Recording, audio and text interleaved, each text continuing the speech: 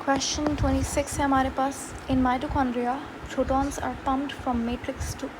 Mitochondria में जो protons यानी कि H पॉजिटिव की बात कर रहे हैं, ये माइटोकॉन्ड्रिया है आपका, ये इनर मेम्ब्रेन है, ये आउटर मेम्ब्रेन है। इनर मेम्ब्रेन को क्रिस्टा कहा जाता है। यहाँ पे आपके पास इलेक्ट्रॉन ट्रांसपोर्ट चेन हो रही है। यहाँ पे बेसिकली क्या होता है, बहुत सारा H पॉजिटिव फिल किया जाता है और ये H पॉजिटिव जो है वो पंप किया जाता है मैट्रिक्स से। कहाँ पर? ये इंटर मेम्ब्रेन स्पेस जो है यहाँ पे जमा किया जाता है। ऑप्शन डी सही जवाब है।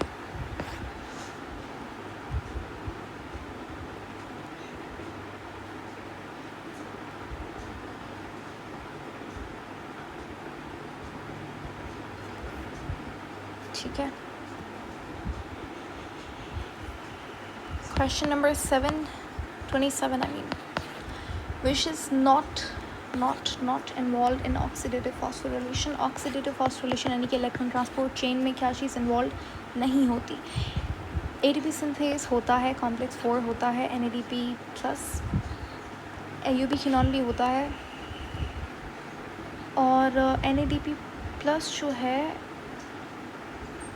ये डायरेक्टली देखो क्या होता है कि NADH अपना इलेक्ट्रॉन देता है किसको? कॉम्प्लेक्स 1 को। यहाँ पे इसकी कहानी ख़त्म हो गई। रही बात, ये कन्वर्ट हो जाता है NADP प्लस के अंदर। ये चीज़ इलेक्ट्रॉन ट्रांसपोर्ट चेन में नहीं जाती। इसका NADH काम की चीज़ है इलेक्ट्रॉन ट्रांसपोर्ट चेन में, क्योंकि ये अपना इलेक्ट्रॉन दे रहा है। NADP प्लस का कोई काम नहीं है।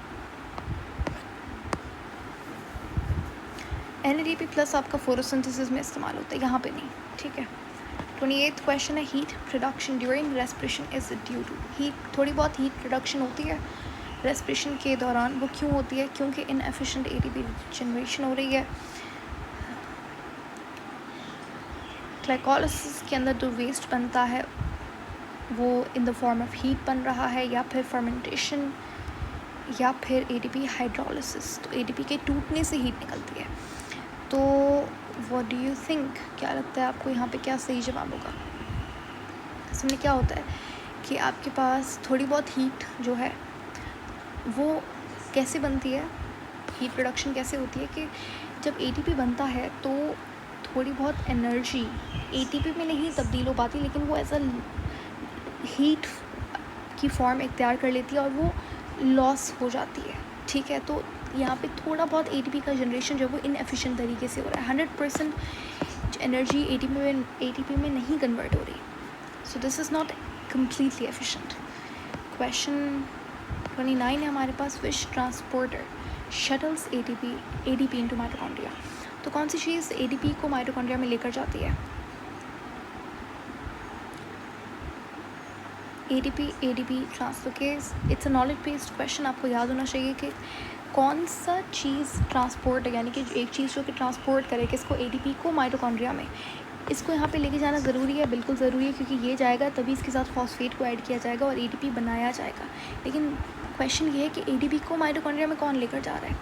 तो यहाँ पे हमारे पास क्या चीज़ होती है? एक प्रोटीन एंजाइम होता है जिसे हम कहते हैं ट्रांसलोकेज, जो कि एज अ ट्रांसपोर्टर काम कर रहा होता है। ट्रांसपोर्टर शटल, इसको ऐसे समझे जैसे फॉर एग्जांपल शटल बस जो होती है वो पैसेंजर्स को लेकर जाती है एक जगह से दूसरी जगह। जो पूछ रहा है कि कौन सी चीज़ ADP को लेकर जा रही है माइटोकॉन्ड्रिया में, तो ये चीज़ है।